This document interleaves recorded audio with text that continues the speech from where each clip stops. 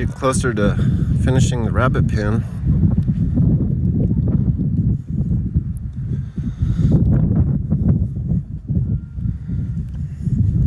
It's kind of hard to get a level with pallets because each pallet is slightly different in size.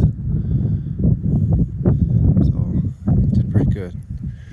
I had to put this piece, that one, and a couple in here, on there.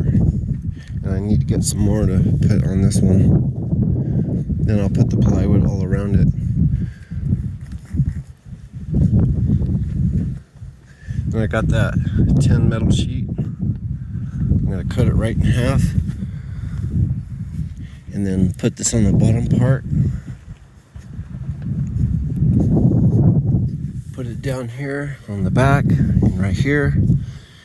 And then I'll pour a cement slab in here after I put some more soil down here. And be about that thick. I'm thinking about that thick of cement with rebar in there. I got some rebar.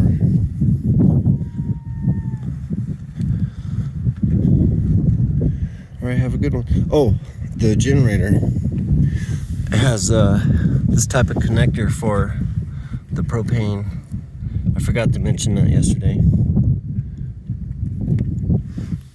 All right, take care.